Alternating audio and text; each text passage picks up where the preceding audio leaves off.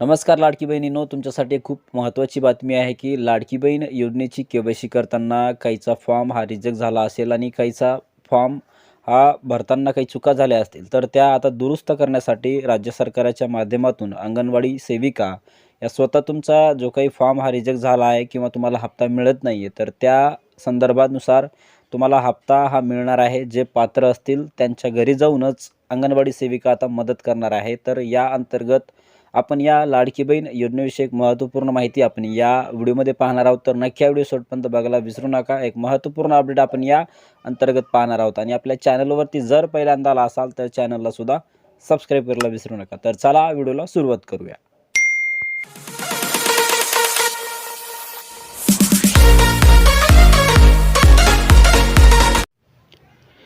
तर लाडकी बहिणींनो, आता तुम्हाला एक खूप मोठा दिलासा हा या राज्य सरकारांतर्गत दिला जाणार आहे. तर के.वाय.सी चुकलेल्या बहिणींना दिलासा अंगणवाडीतही आता प्रत्यक्ष पडताळणी करणार आहे की जिल्ह्यात किंवा राज्यांतर्गत तब्बल 51,484 महिलाच्या अर्जामध्ये अनेक तांत्रिक अडचणी आणि त्रुटीसुद्धा आढळल्या आहेत आणि याच अंतर्गत मुख्यमंत्री माझी लाडकी बहीण या योजनेचा लाभ घेणाऱ्या महिलांसाठी एक मोठी अपडेट ही समोर आली आहे की जिल्ह्यातील तब्बल 50,484 महिलांच्या अर्जामध्ये तांत्रिक चुका आणि के.वाय.सी प्रक्रियेत त्रुटी आढळल्या आहेत आणि या महिलाची पात्रता निश्चित करण्यासाठी आता अंगणवाडी सेविका त्यांच्या घरी जाऊन प्रत्यक्ष पडताळणी करणार आहे. या योजनेसाठी ऑनलाईन अर्ज भरताना अनेक महिलांनी तांत्रिक माहिती भरताना चुका केल्या आहेत.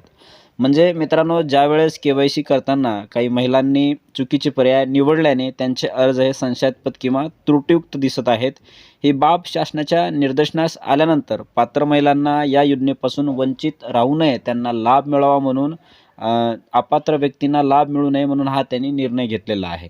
तर निर्णय काय आहे की नंबर 1 इथे पाहत असाल की अंगणवाडी सेविका प्रत्यक्ष आता पडताळणी करणार आहे. या अंतर्गत आता महिलांना महा ई सेवा केंद्र किंवा सेतू कार्यालयात चक्रा मारण्याची गरज राहणार नाही आहे.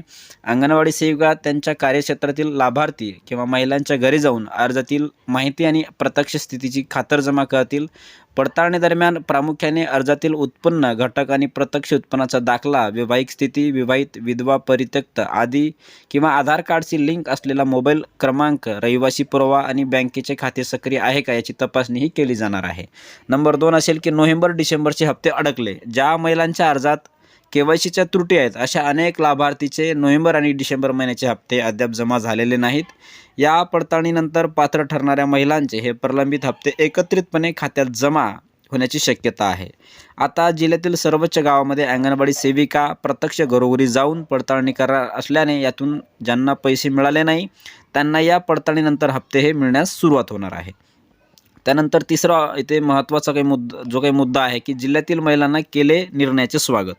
तर जो काही हा निर्णय राज्य शासनाने घेतलेला आहे की शासनाच्या निर्णयामुळे कोणावरही अन्याय होणार नाही आणि महा ई सेवा केंद्र किंवा सेतू कार्यालयाच्या चक्रा लाडक्या बहिणींना मारावे लागणार नाही. त्यामुळे महिलांनी शासन निर्णयाचे स्वागत केले आहे.